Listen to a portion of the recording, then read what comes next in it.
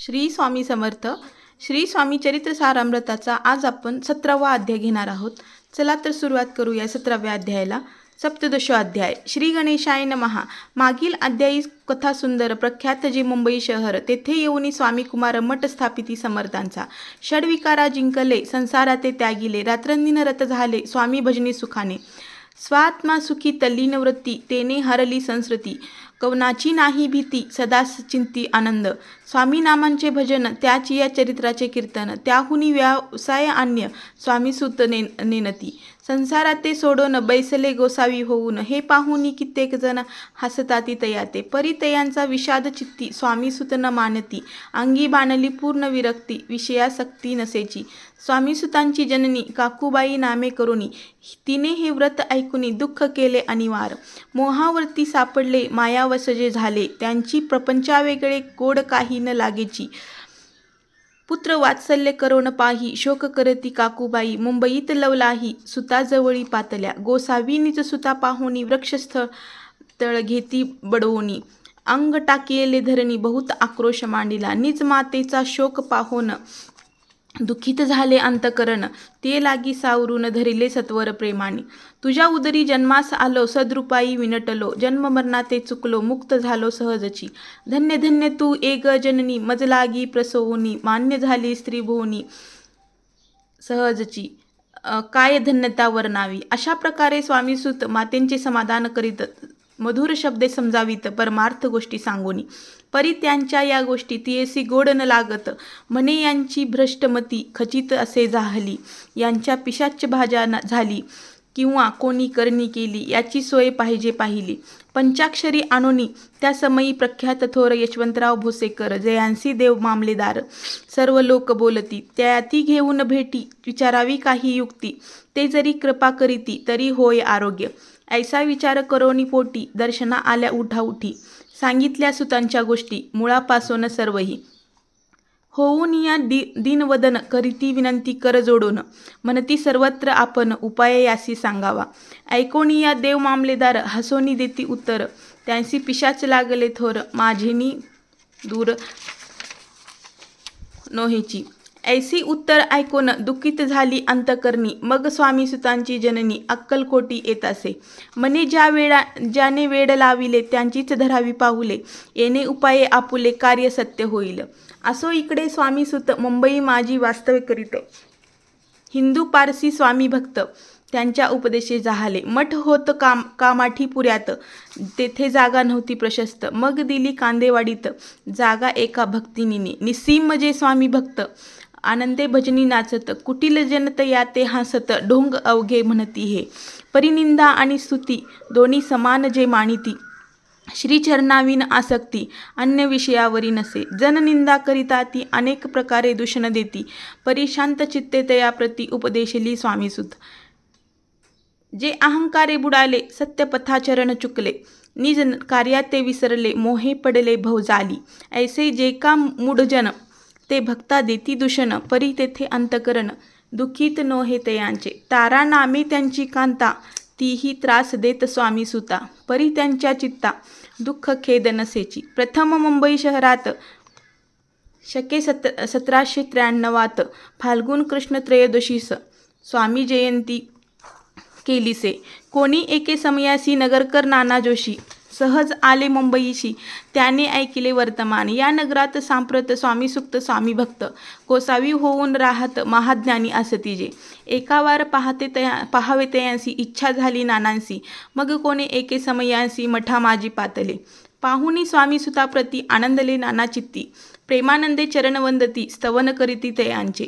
स्वामीसुते तयांसी la Vella स्वामी भक्तीसी. धन्य झाले नाना जोशी रंगले भजनी समर्थांच्या. ऐसे कित्येक सज्जन स्वामीसुते शिष्य करून वाढविले महात्म्यपूर्ण श्री समर्थ भक्तीचे. पुढे जोशीबुवांनी स्वामींची पत्रिका करोनी ती अपारवया श्रीचरणी अक्कलकोटी पातले. पत्रिका श्रीचरणी अर्पिली. स्वामी मूर्ती आनंदली. समर्थे त्यांसी आज्ञा केली नगरा वाजवा म्हणून. नगारा वाजविता जोशी हसू लागले समर्थांसी. पाहून या स्वभक्तांसी परमानंद झाला. अक्कलकोटी स्वामीसुत श्री सन्निध भजन करीत. कीर्तनी आनंदे नाचत लोक लज्जा सोडूनी. लोका अपवादाचे माणी भव भय तो भक्ती करील काय, प्रेमानंद चित्ता नोहे.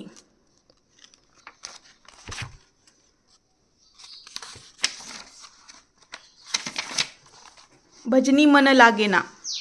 त्रिविध जन नाना रीती, निंदा स्तुती करीताती, खेदानंद मानती चित्ता, चित्तवृत्ती द्विधा होय. असं अक्कलकोट नगरात शके 1793 प्रथम स्वामी जयंती करीत स्वामीसुत आनंदे. छेली खेडे ग्रामात प्रथम स्वामी प्रकट होत, विजयसिंग नामे भक्त गोट्या खेळत त्या सवे.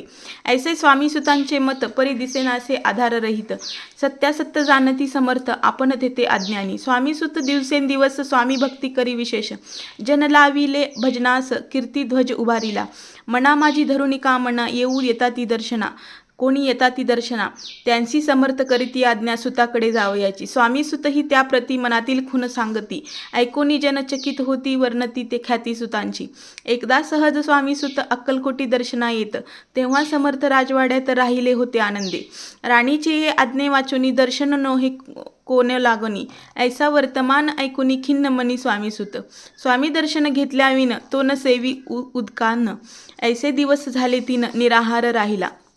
मग वाड्यासमोर जाऊन आरंभिले प्रेमळ भजन, जे करुण रसे भरले पूर्ण, ऐकिले आतून राणीने. हा समर्थाचा निसीम भक्त आनंदे भजनी नाचत, समर्थ दर्शनाची धरीत दृढ इच्छा अंतरी.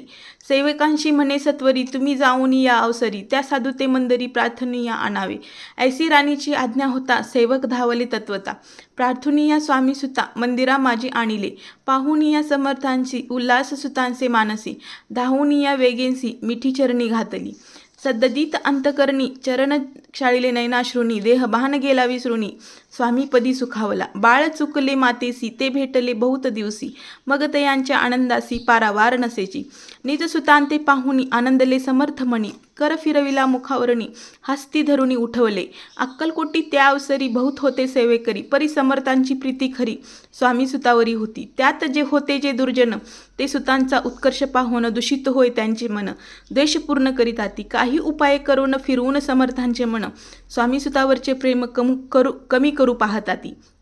स्वामीसुत रात्रंदिन समर्थापुढे करती भजन, पायी खडावा घालून प्रेम रंगे नाचती. एके दिवशी श्री समर्थ बैसले असता आनंदात, स्वामीसुत भजन करीत पायी खडावा घालून.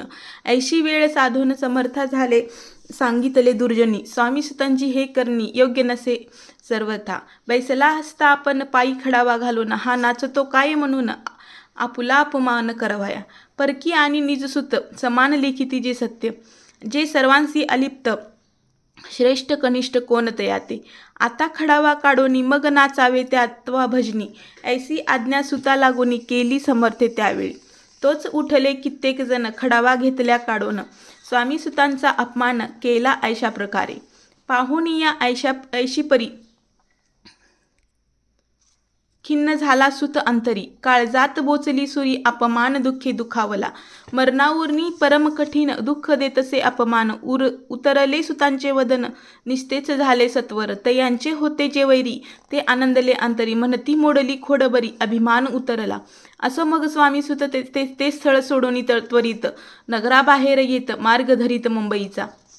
अपमान दुःखे दुःखावला अंतरी बहुखिन्न झाला, परतुनी नाही आला जन्मवरी अक्कलकोटी. स्वामी विमानी जो नर ज्यांचे दुःखविता अंतर, जे दुःख जन्मभर त्यांच्या मनी जातच असे. त्या दुःखे उत्तरोत्तर क्षीण झाला स्वामी कुमार, दुःख करी दिवस रात्र चैन नशे क्षणभरी. तोची रोग लागला शेवटी आजारी पडला, ऐसा समाचार समजला अक्कलकोटी समर्थाते. स्वामी सुतांची जननी राहत असे त्या स्थानी, तिने हे वर्तमान ऐकून विनवीत समर्थाते मने कृपा करून या. सुताते आणावे या ठाया, कृपादृष्टी पाहून या, आरोग्य तया करावे. मग समर्थे त्या अवसरी मुंबईस पाठवले सेवेकरी, म्हणती सुतांते सत्वरी मज सनिग्ध आणावे. परिसुत त्या सांगती आला नाही अक्कलकोटी, अपमान दुःख त्यांची पोटी रात्रंदिस चलत असे. सेवेकरी परतोनी आले समर्थाते वृत्त कथिले, आणखी दुसरे पाठविले त्याची गती तीच झाली. मग सांगती समर्थ त्यासी घालून पेटीत, घेऊन यावे त्वरित कोणीतरी जाऊनी. तथापि स्वामी सुत पाही अक्कलकोटी आला नाही, दिवसेंदिवस देही क्षीण होत चालला. शेवटी बोलले समर्थ, आता जरी नये सत्य तरी तोफ भरून यथार्थ ठेविली ती उडवू की. याचा अर्थ स्पष्ट होता की तो समजला स्वामीसुता, परी तो ना आला अक्कलकोटा. जीवित परवा न केली, आजार वाढला विशेष. श्रावण शुद्ध प्रतिपदेस केले असे कैलासवास. सर्व लोकी हळहळती. त्या समयी मुंबईत तयांचे जे शिष्य होत, त्यासी झाले दुःख अमित. शोकसागरी बुडाले. अक्कलकोटी त्या दिनी समर्थ करीती विचित्र करणी. बैसले स्नान करुणी, परिगंध न लावती. भोजनात न उठती, धरणीवरी अंग टाकीती. कोणासंगी न बोलती, रुदन करती क्षणोक्षणी. इतक्या माझी सत्वर मुंबईहुनी आली तार. श्रुत झाला समाचार, स्वामी सुतगत झाला. उदासीनता त्या दिवशी आली सर्व नगरासी. चैन न पडे काकूबाईसी, पुसती समर्था क्षणोक्षणी. मग काकूबाईने सत्वर जवळी केले मुंबापूर. तेथे समजला समाचार, परत्र पावला आत्मज. निजपुत्र मरण वार्ता ऐकुनी करीती आकांता. तो दुःखद समय वर्णिता, दुःख अंतरी होत असे. असो मग काकूबाई अक्कलकोटी लवलाही. परतुनी आल्या पाही, बोलल्या काय समर्था ते. सुत आपुला भक्त असोन, अकाली का पावला कामरण. मग स्मरती जे हे चरण, त्यांचे तारण होय कसे. समर्थ बोलले तियेसी, उल्लघिले आमच्या आज्ञेसी. संधी सापडली काळासी, ओढून बळेची नेला मग. पुत्र शोके करून दुःख करी रात्रंदिन. समर्थ तियेचे समाधान परोपरी करीताती. नरजन्मा येऊनही सत्य भक्ती केली एकनिष्ठ. जेणे केले समर्थांचे सार्थक, परमपदा पावले. उंच नीच भगवंती नसे काही निश्चिती. ज्यांची असेल जैशी भक्ती, श्रेष्ठ कनिष्ठ तेनेची. धन्य धन्य स्वामी कुमार, उतरैला भववी दविद दुस्तर. ख्याती झाली सर्वित्र, कीर्ती अमर राहिली. स्वामीसुतांच्या गादीवरी कोण नेमावा अधिकारी. ऐसा प्रश्न एके अवसरी पुसती सेवकरी समर्थांते. ते कथा सरसाळ अत्यंत वर्णली पुढील अध्यायात. श्रोतेहुनी सावध चित्त अवधान द्यावे कथेसी. जय जय श्री भक्तपाला, जय जयाजी परम मंगला. विष्णू शंकराशी विमला, कीर्ती पसरव सर्वत्र. इति श्री स्वामीचरित्र सारामृत नाना प्रकृत कथा संमत. भाविक भक्त परिसोत सप्तदश अध्याय गोडहा. श्री भगवान चरणार्पण नमस्तु. श्रीरस्तु शुभम भवतु. श्री स्वामी समर्थ.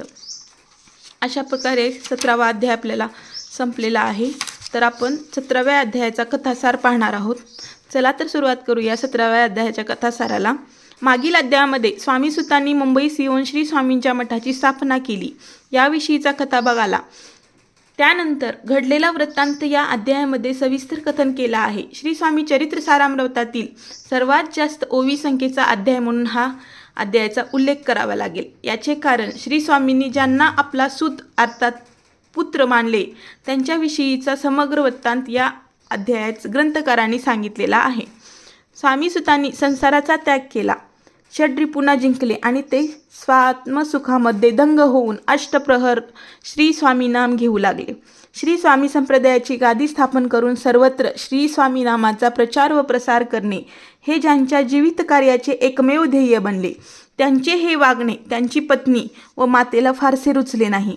मात्र वेळ टळून गेली होती. त्यांच्या आईने स्वामीसुतांची स्थिती त्यावेळचे प्रख्यात श्री देव मामलेदार यांच्या कानी घातली. मात्र त्यांनीही याविषयीचे काही उपाय सांगण्यास असमर्थता दर्शविली. स्वामीसुतांनी अल्पकाळात स्वामी संप्रदायासाठी जे काय भरीव कार्य केले आहे, त्यांचा विस्तृत परिचय या अध्यायातून ग्रंथकारांनी घडविलेला आहे. स्वामीसुतांनी श्री स्वामींचा जयंती उत्सव सुरू केला, श्री स्वामींची कुंडली बनवून घेतली, श्री स्वामींचा संप्रदाय वाढवला. मात्र हे सर्व कार्य अनेक कुटील मंडळीच्या डोळ्यात खुपू लागले.